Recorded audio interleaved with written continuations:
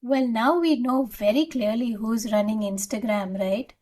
I mean, Kylie Jenner sneezed, and boy, that really gave everyone a cold. And what a reaction it was.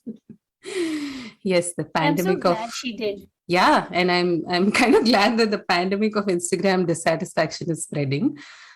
Because usually I'm not much for these things, but I've started seeing recommendations on why Instagram is, dead and why there's going to be a new social platform soon and things like that, which we all know is going to consolidate eventually. Instagram and social media in general is not going anywhere, but just goes to show that whims and fancies and these things are still very much relevant and probably at a bigger scale in today's times. Actually, true. And I think maybe beyond a point, they're not whims and fancies. I think people do start having certain expectations around the platform, and Yeah. then they start making plans around it, right? And those are very real world plans with financial implications for a business. And honestly, when I saw this whole bit on how everything is going to be about reels, and I'm thinking, Hari, for my business, that it's just going to be so awkward now, trying to make you know basically PPTs with music, correct? And Because once that I we don't don't have to understand. manually scroll. Yeah. Yeah, and I'm not going to put myself in front of the camera and point to different places in the air and then add captions to that and all of that. So it did leave you feeling a bit kind of betrayed in a certain way, right? Like, stop changing things. I'm just getting the hang of you, and now Now you're you're someone else. Yes. yeah. They matter. All the little things add up to how much time a business owner, will spend on a platform, what resources they'll allocate to it, what can they expect from it. And I have another friend who runs a small kind of bookstore slash publishing house, etc. And this had her in panic, saying, "Oh my God, now I have to sit and make reels," and outsourcing that to her felt like a very costly endeavor. Like, if someone has to make really professional videos, it does It's cost. going to add up. It's going to add up over a period of time, and you always feel like you've never cracked the code, right? Welcome to the Damn Good Marketing Podcast. Today is episode 12 and the last episode of season 1. And we're both excited, a little lost, a little bit. I think we're going to miss this a little bit, but only for a while because we're going to come back soon. Until then, today we are discussing why marketing is almost, one step away from monkhood sometimes. Like, if you could do marketing, you could probably be one of the most serene, peaceful individuals in the world, or you could also go the other way. And just kind of thinking about the, Instagram reel situation and Kylie Jenner going out and saying, "What the hell are you up to?" Right? It just makes me think a lot of times brands don't really have a stake in any of these things, right? Unless you're a much loved brand. And that's what Kylie Jenner is. She is, first of all, somebody that a lot of people follow and kind of, consume content from.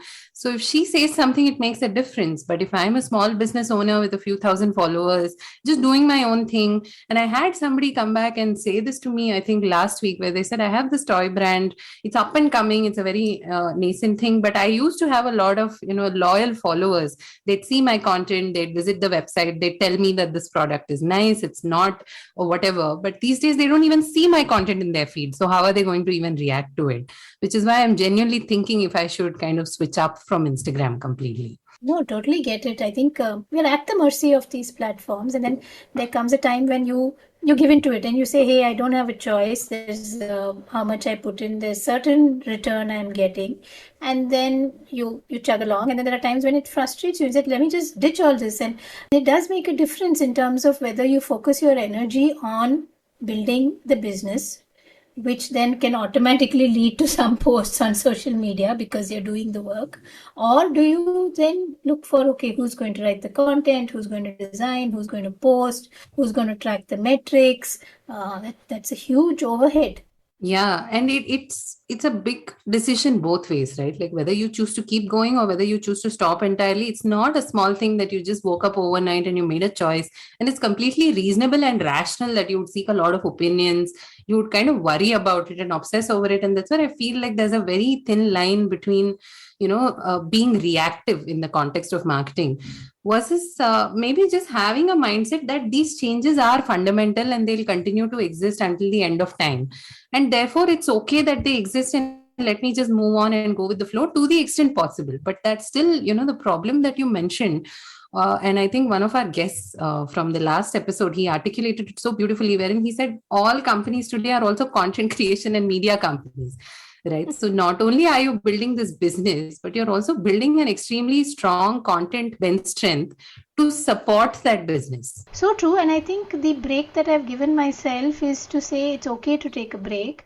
And it's okay to kind of take a pause and figure out what's working and come back and do more of that.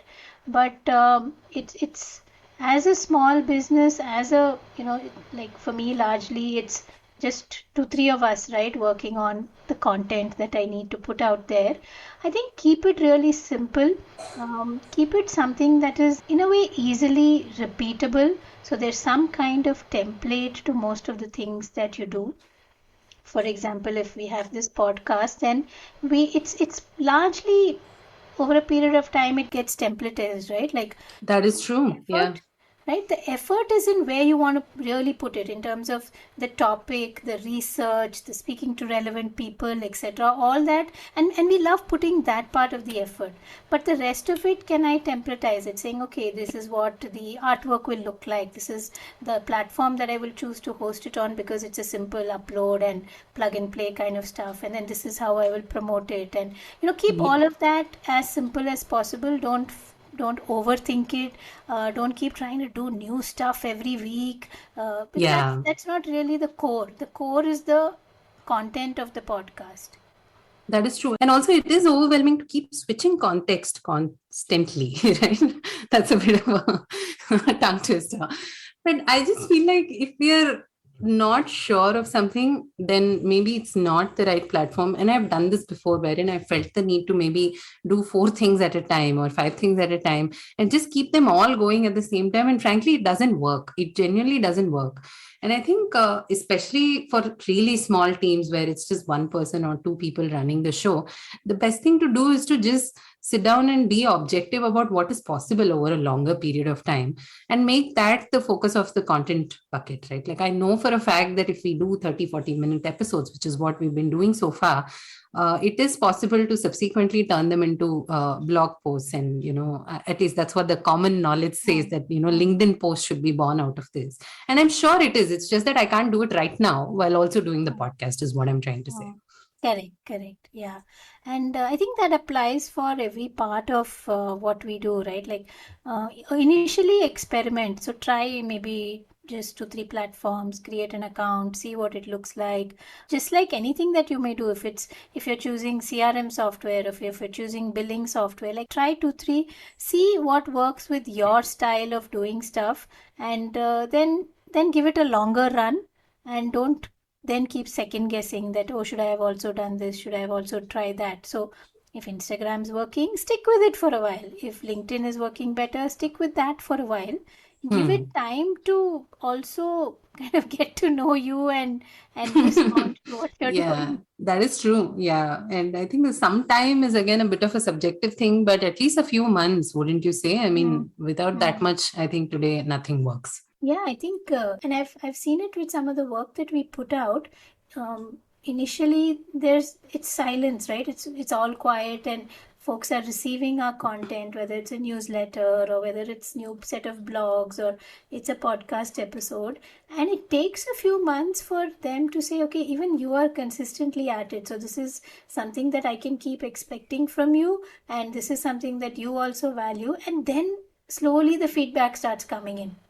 That's true. Yeah. And let that feedback also kind of marinate a little bit, because even for us between episode 1 and 12, we've come quite the distance, I would say, in terms of just knowing with a little more clarity as to what people want to see. And that's because somebody has come up to us and said it. It's not that we've read minds or that anybody can. It's just that when you give it that time, right? Correct. No, it's a tough game, and a lot of it is about sticking with it. And I genuinely think somehow keeping it simple is going to help when you have only limited resources. And keeping it simple also forces you to think about what's unique or different or special about you. Right? Yeah, Because yeah. today everyone is pretty much selling, I don't know, the same thing, right? In that category. Yeah. No, this is a very real challenge that exists, and also something that we've been seeing, because I think very recently we've been working in a domain that's quite crowded, and everybody thinks they are different, but they are actually not, right? And it's very difficult because, first of all, you can't market something that doesn't exist. It's as simple as that, right?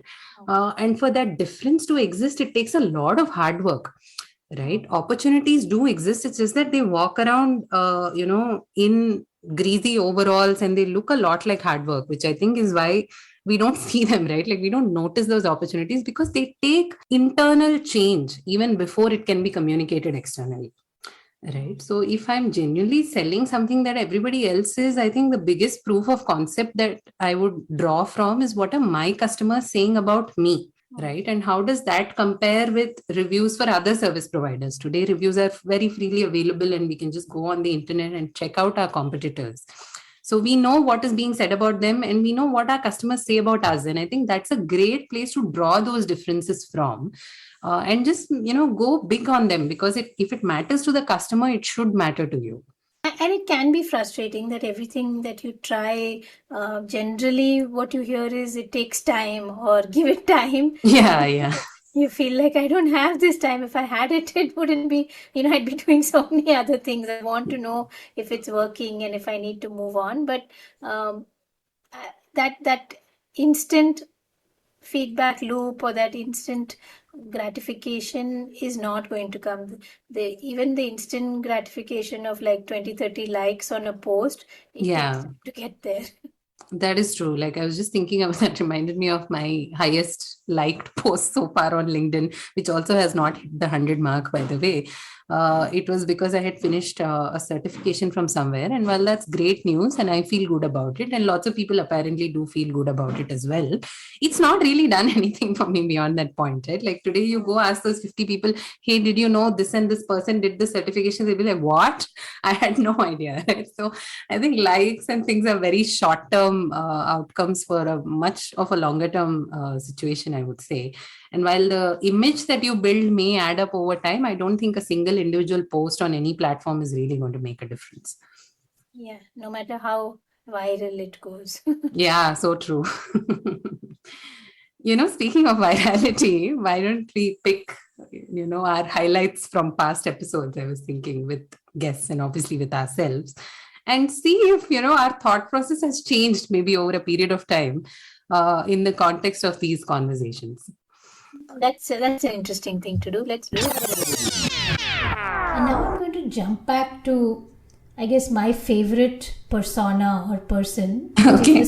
which is the small business owner. End of the day, Yeah. small, medium, but basically someone not big enough to have huge marketing budgets and huge spend ability. Yeah. So should we, in any way or form, or is there a smart way to focus on making your content go viral?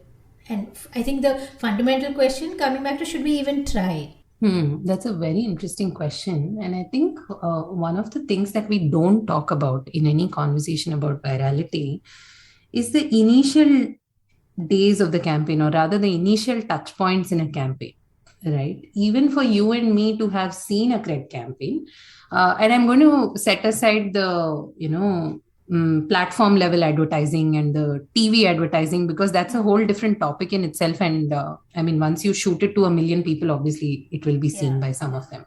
But if we just talk about how a campaign like this was discovered on social media, so brands usually identify an initial set of influencers who can put out content about this. So while a Deepika may have been a happy accident, I'm sure Cred had paid at least 10-15 people to share that content. And secondly, it's not an accident that they chose Tanmay Bhatt and company to write these ads, right? Because they themselves have a certain clout because they are creators in their own right, and great content, by the way. So the moment an ad like this is put out from some of these guys, it's already being exposed to an XYZ number of people. So coming back to your question, what can a small business owner do? Obviously, you can't spend on influencers. You can't, rope in 4 celebrities every time you have a campaign. But even the simple act of sharing it with your friends and saying, hey, go hit a like on this. Hey, go share it on your networks. Identifying people in our network who already have a certain clout. Say, I may be connected to 100 people, but my friend might be connected to 1,000. And if I feel like that 1,000 audience is somebody who might be interested in what I have to say, then I'm going to reach out to 10 such friends and ask them to share it further. So before it can be picked up by the world at large, a certain amount of network effect has to come into play. And this is true of all campaigns. We don't see it because by the time something goes viral, we are on the receiving end of it. But everybody does this. In fact, there's a company in the United States called the Dollar Shave Club, one of the earliest direct-to-consumer brands that we speak about. They made a very simple, very on-brand video, and then they put a lot of PR muscle behind it. So whatever budget they had, in a way, they put news articles in 4 or 5 papers saying, here's a campaign. They reached out to 4 or 5 influencers saying, hey, please, promote this and we'll give you a percentage of every sale that's made from your account. Things like that are very much still in place. No, I do think the distribution bit still holds very, very true, right? I mean, there's enough and more noise out there for it to not matter. Like, why should somebody invest in you after a point, And I think we see this early days, lots of people want to come out and support us. But over a period of time, we have to find that extra audience who will get equally invested and who will start, paying attention to what we have to say and what we are selling. And that's where I think that direct translation between distribution versus outcomes, right? Like in the example that we just discussed, there is that whole affiliate marketing piece wherein you put a link to my product and I'll pay you a commission, right? I think those tactics are not going to go anywhere, frankly. No, true. And I think I still believe, like what we spoke about then, that that one big hurrah won't get you anywhere. But keeping at it in good way, like good content and kind of repeating that trend or repeating that style, etc., it pays off, right? And that's a different kind of maybe being viral in a sustained sense. Yeah. If I look at I don't know, even if not a brand, even if not like a Swiggy which we refer to often, even if I look at someone like Danish Seth, it's not like, or Ayush Radha, it's not like only one video went viral. Yeah. And they're a hit overnight. They had to keep repeating that format again and again for a while, and till it's something that people now identify with them and look forward to it from them. And now you're like, oh, every Ayush Shraddha video goes viral. Yeah. Because you're expecting to be amused, right? So, yeah, but to get to that point, the hill has to be climbed. Yeah, I do think staying relevant is the new viral. Do you think we should make t-shirts with that? I have a lot of t-shirts to make, Hasita. So true. Yeah, so the next one. And how do we know that we're focusing on the right, you said ML, so there's obviously data that has to go into that system for me to get answers or me to get insights. So how do I figure out if I'm focusing on the right things? Actually, this is going to be a more abstract answer. And I think that's how it should be as well. Because unless you focus on the right thing at the systems level, all the operational elements are just subsets, right? For example, I like what Allbirds, the VP of marketing at Allbirds, his name is Himanshu Sinha. He says, because Allbirds is about sustainability. So as a brand, when I think of Allbirds, I think, oh, they make sustainable shoes. That's my first thought. But he says just selling sustainability, I don't think that's a feasible and viable plan or a business plan at all. It's essential. It's in our DNA and we want to do everything right by the planet. But at the end of the day, that's not what we are selling. We are selling shoes and we are selling footwear. We are selling apparel. And we want to make sure that they are the best in quality and performance. So you can clearly see the systems level focus on the right things. Much as I may love an Allbirds shoe for its sustainability story, and of course its more recent Adidas partnership, the fact is, unless it's comfortable, I'm not going to come back and buy it a second time. Yeah. I think it takes me back to that Kesi Das Son Papdi, right? Finally, Yes. that it has to still taste really good. Yeah, no, I think here the answer has evolved thanks to this podcast in a way and all the guests who have come in over a period of time. I still do think that the product focus is important. Like we were discussing earlier, you can't sell an empty vessel, right? Like unless you're in the business of selling vessels. So that's where I think how does it translate tactically, right? Like while I do have this focus and I'm communicating it in whatever way and means possible, how do I still engineer that growth? And I think Aniket had a wonderful answer on that. So I think that makes a lot of sense. For someone who essentially wants to be successful in the modern and digital world that we live in, I mean, there are certain things that you can always do to ensure that you're doing the best job that you can. So as a marketer, yeah. So I mean, the top thing is that you have to continuously A/B test till you can't breathe. A/B test your campaigns, A/B test your audiences, A/B test your ad creatives, whatever it is, because the more you experiment, the more you get insights, and the better your campaigns become. And then that's when you can train a tool to replace you, essentially. Yep. And the last one, so this episode I've chosen purely because of its metrics, right? Like it's called Why Are My Ad Campaigns Just Not Working? And apparently that seems to be a really, really big problem because it continues to be our highest ranking episode over a period of time. And there's an interesting piece in there, Subha, where you talked about the platforms having our best interests at heart. So yeah, that's the one I thought we should give a re-listen to. Vismaya, what I'm hearing also is that just using the tools on the platform is not enough. Like I would assume that, okay, if I go to an Instagram ad page and, kind of tinker around with the settings and find an audience, etc., that's probably not enough.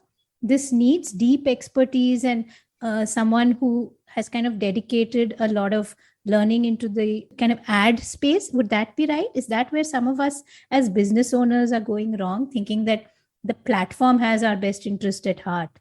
Well, we can all hope that the platform has our best interest at heart. But I think a little bit of effort needs to go into understanding your audience first, right? What are the things that motivate them? What are the things that trigger them? How can you cajole them into becoming a part of your community? So unless you put in that effort in understanding their life and their life cycle, the stages of life that they are in, it becomes very difficult for you to reel them in with the right content. So initially, identifying the motivations and identifying the behavioral patterns of people is literally the first step of your customers, right? Like it's literally the first step. Then later on, you feed those learnings into the platform and see what the platform is going to throw back at you. No, I mean, I think I still agree with that. Finally, the platform is also somebody's business, right? They're not in like the charity game to just grow us. So there's going to be rules to abide by. They're going to change things because something is working better for them and genuinely making more money, because God knows they all don't make money apparently for a long time. So okay. I'll believe that. So I think being cognizant that you are in a way riding on something else or someone else, and that's going to change at some point, and they're going to make tweaks, and now suddenly, like, okay, everybody get onto the metaverse because we believe God lives in the metaverse. Like, then you have to follow if you feel that I also want to be there, because a lot of people are going to be trying it out, and you can't. I mean, today can we sit and complain that, oh, I want to be on Clubhouse? I mean, be there, but there's nobody else know there. that nobody. Yeah. It's also quite interesting what you said, right? I mean, first, the platform exists. It's meant to be this community utopia in a way. And then people go there and then brands follow them. And then the ads come into the picture and then people leave. So it seems to be a repetitive cycle. And I think it's going to live on until the end of time, which apparently is 30 years from now. I mean, we still make those MySpace jokes, right? So, I mean, everybody was there, everybody did leave, and so that's how it's going to be. Yeah, so true. And now I think it is time for Topical. We should bring in the curious cat before we take a break for sure. And now it's time for the much-awaited Topical. So, Subha, you've donned the hat of a content creator, an advisor to companies that are trying to grow their business and using content as a means to do that. During that time, what do you see as your most satisfying, I think, success story? That's interesting. You're right. I've been lucky to be a lot of growth journeys or kind of work with them at very early stage. And I think to me, still the one that I continue to hold dear is Shumi Toys. They're a Bangalore-based company making eco-friendly wooden toys, and I was with them from very early days, literally when they had just kind of started on social media, and the kind of, now when I look back, the kind of things we experimented with, Facebook groups, we did a podcast run there, we used small events, we used mom influencers, we did blogs, various kind of posts, moved from more of an FB focus to an Insta focus. But it's been 5-6 years, and I think this last weekend they got a shout out from Prime Minister Modi on Man Ki Baat as being an eco-friendly toy maker in Bangalore, and I mean, it feels awesome, like just to see how when you stick to it. And also fundamentally stick to your core, like make damn good toys. So true. Yeah. And also what stood out to me in that story is the experiment bit, right? As a marketer, I think the job is to experiment, and we should never forget that. And maybe we have another t-shirt called experimental, maybe. I don't know. I'm just thinking. A dog this time. But the puns will still continue. So be careful what you wish for. So which project or kind of set of clients or people has given you the most joy in a way? Like it's the whole, and sometimes, the joy comes even with projects that didn't work out. But like which do you think gave you the most joy? That's an interesting question, because just yesterday I was reading a list of 5 things and how you would prioritize them in your own career. And there were options like money, creativity, status, success, and employees. Like what order would you put them in? And somehow I think for me, creativity came out top, which surprised me also a little bit. I think wherever we've had that flexibility to be creative with our solutions, I've definitely enjoyed those projects an immense amount, which is true of so many things. Like Blue Sapphire is one of the first that I can think of in that context, because we had tough conversations from time to time, which is the name of the game. But at no point did we have uncreative conversations, like it was always the birth of something new. And I always enjoyed that. And generally, we are working with some clients who are doing something really different in various industries. And all of those conversations, whenever we have a chance to just go a little crazy, I think has been my happiest interaction. Yeah. So true. It's always about, I think it always comes down to the people, no? Definitely. Yeah. Eventually, I mean, all things mean there. And I say that in the sense that it's the people who gave you that space to be creative and gave you and trusted in you and made you feel like you're part of that community and you're part of that story, right? I think that makes a world of difference. And genuinely, I mean, if I think about it, do I want to work in places of discomfort? To some extent, but do I want to work in places of rejection? No longer. I think I'm over it. I know that there is something that we bring to the table, and I'm happy to just, go with whoever is able to see that. So what's the weirdest conversation you've had in the last 6-7 years of being in business? The weirdest, not one specific one, but there have been quite a few where you have somebody from the client side, and I've had requests saying, how do I put this? I've had clients say, I know this is not what you would recommend, or this is not what we should be doing, or this is not something good, but my founder wants it. Oh, Right? yeah, So that's we'll too just do common. it. Yeah. So we'll just do it because they're somehow convinced. So I'll just, let's just go along with Yeah. it.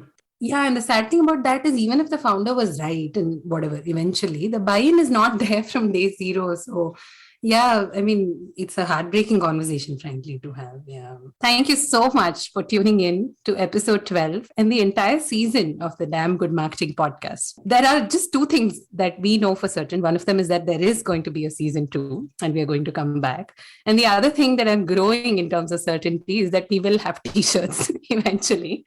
So to place your t-shirt orders, just check the show notes and our LinkedIn profiles are there. And until we are back with a season 2, which I'm pretty sure, with, a co-host like Subha and all of the amazing guests that we've had, I think it's only going to get better and better. You never know. Platforms change, the world changes. Maybe we'll see you in the metaverse. Hopefully not. See you. Bye.